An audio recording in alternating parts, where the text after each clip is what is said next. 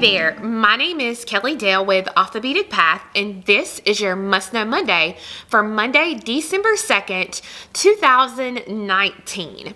So in last week's Must Know Monday video, we talked about the difference between a delicate bead and a regular seed bead. So today I'm going to tackle another question I get a lot. What is the difference between a head pin and an eye pin? They're very different, although people tend to use them interchangeably when they're asking for a specific thing. When you're new to beading, sometimes you don't know the lingo really well and you get them confused. So we're going to talk about the difference between head pins and eye pins, and I'm going to show you a brand new pair of earrings today using head pins and eye pins. So let me get the camera set up and we'll get started.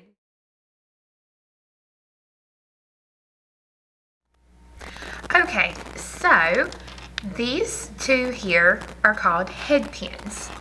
And you can see that a head pin has a flat bottom to it, just like this. And then the other end here is flush cut, there we go, so that it makes it easy to thread your beads on. Head pins come in all different metals and different gauges. You can see here, this head pin here in my right hand is clearly thinner than the one in my left hand. These are two of the ones that we carry in our store, and we call this one a thin and this one a thick. This is about a 24 gauge and this is about a 21 gauge. And if you put them side by side, you'll see here that the thicker head pin has the larger head and the thinner head pin has a smaller head. The thinner head pin is really flexible. You can really bend it easily, whereas it's a little bit harder to bend the thicker head pin. And I'm going to show you uses for both of these. An eye pin looks similar to a head pin, except for at the end of the eye pin, get it, there we go, you see you have a loop already made on the end, and then just like a head pin, the other end is flush cut. So these are really good for connecting things together, whereas these are really good to make dangles, such as this one here. So I want to show you, it's really easy. This is using the thin head pin. And you see I have threaded my bead on. This is a 6mm bicone, and it will slide right down, and that head stops the bead from falling off. Now I'm wanting to make this earring in the video today. So we want these little loops that we're going to make, we want them to be very close to the bead. So to do that, and it's really nice to do this with a thin head pin, because literally all I got to do is bend it just like that.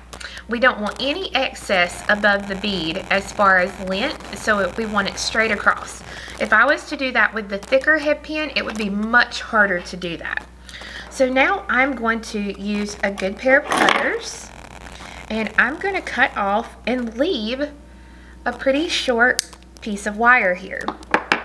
But what I'm going to do with that wire is then I'm going to grab the end of it and I'm going to bend it around to where it will make a loop, just like that. So you can see the loop that I just made looks like the loop on the eye pin.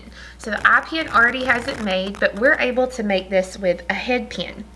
So these are new chandelier pieces that we got in here at the store. I have made a sample here in the gold and the silver so that you can see the difference here and what your two metals would look like with the same beads. So this bottom one is fuchsia. Then we've got a 6mm Montana, a 6mm light Colorado topaz, and in the middle we have to use 4s because the 6s don't fit as well. So this is an emerald, a sunflower, and an amethyst. Then we have a 6mm olivine, a 6mm tanzanite, and a 6mm indicolite. So that will give you an idea of the colors here.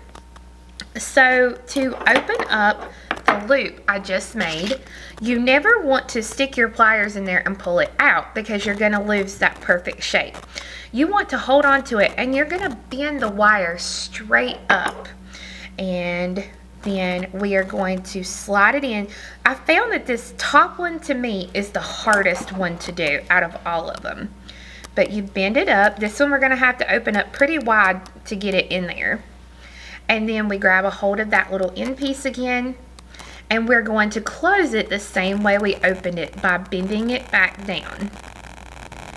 And you'll see now I have the bead connected to my little chandelier piece, and we're good to go. The biggest thing you have to make sure of is that your loop is closed. So I already have a few more made, so I'm going to go ahead and show you again how to open up that loop. So grab a hold, I bring it up like this.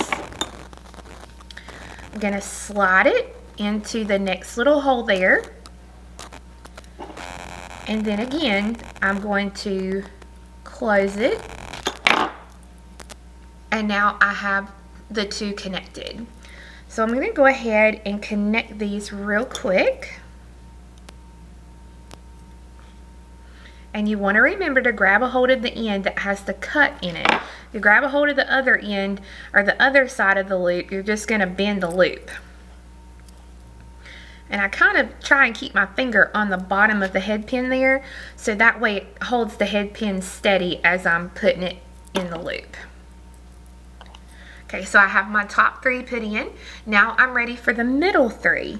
So again, that's just opening the loop, connecting, and then closing. If you need help learning how to make a plain loop like this, we'll put a link to it. I did a video a while back that shows you how to make a plain loop, and it's to me a wrapped loop is a little bit easier than a plain loop, but everybody has their own preferences.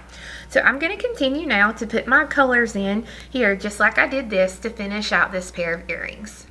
So I have my crystals put into where I need them, and now I'm ready to attach the ear hook. Now if you'll notice, our ear hook has a loop just like our head pins did. So all I'm going to do is I'm going to grab a hold, and I'm going to lift this thread up, or this wire up just like this, just like I opened my little loops a minute ago, and then I'm going to grab a hold and bend it down to close that loop, so that now I have the completed earring. So these are with the thin head pins. They work really, really well for this. So now I'm going to show you a pair with the thick head pins. Okay, so I have a friend who is likes to wear very minimal jewelry, and I wanted to come up with a really simple earring for her. And this is an 8mm round bead. This loop here is a loop that we've got into the store. It's a 12mm round loop, and it has a small loop on the top. So I'm going to need the thicker head pin, because if I try to use the thin head pin, I'm going to put it on here so you can see. If I try to put the thin head pin on here, you see it just slides right through. So we want the thicker head pin. Now, we are going to do the same bend, and it's a little bit harder on your fingers because it's thicker wire. But you can see I've got my bend here, and again I'm going to come in and I'm going to cut this wire. So I'm only going to leave a small little bit here, and then I'm going to make a loop just like that. Now I'm going to open up that loop, and I'm going to attach it into the top loop, but at the same time I'm going to bring the bead to the inside, so that way it kind of grabs the whole little piece, the top and the link itself. So you do it just like that, and then these are really easy because then we just open up our ear wire, add it to this top little loop here, and then I have a very simple pair of earrings here that she is going to love with these. Okay, so now you see the difference between the head pin, how we would use a head pin, and we're going to show you how to use the eye pin. So the eye pins are really good for connecting things together. So let's say if I wanted to connect this crystal to this crystal. So I'm going to start out the same way, and this is a little bit harder because this is a tougher metal to kind of bend it over. I don't want to use my pliers to do this. If I use my pliers to do this, it's going to give me more of a length here, and it's going to make my piece stand up taller, and that's not what I want.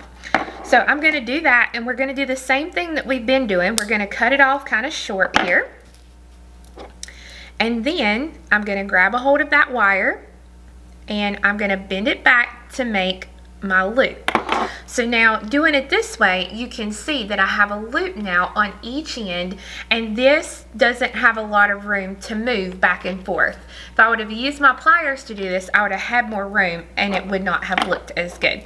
So now all I have to do, if I want to connect, is open up a loop, attach something to it, and close that loop. And I could continue going and make a bracelet or whatever I wanted to out of this, and then just put a clasp on the end.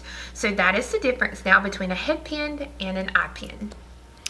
Okay, so that about wraps it up today, all about head pins and eye pins.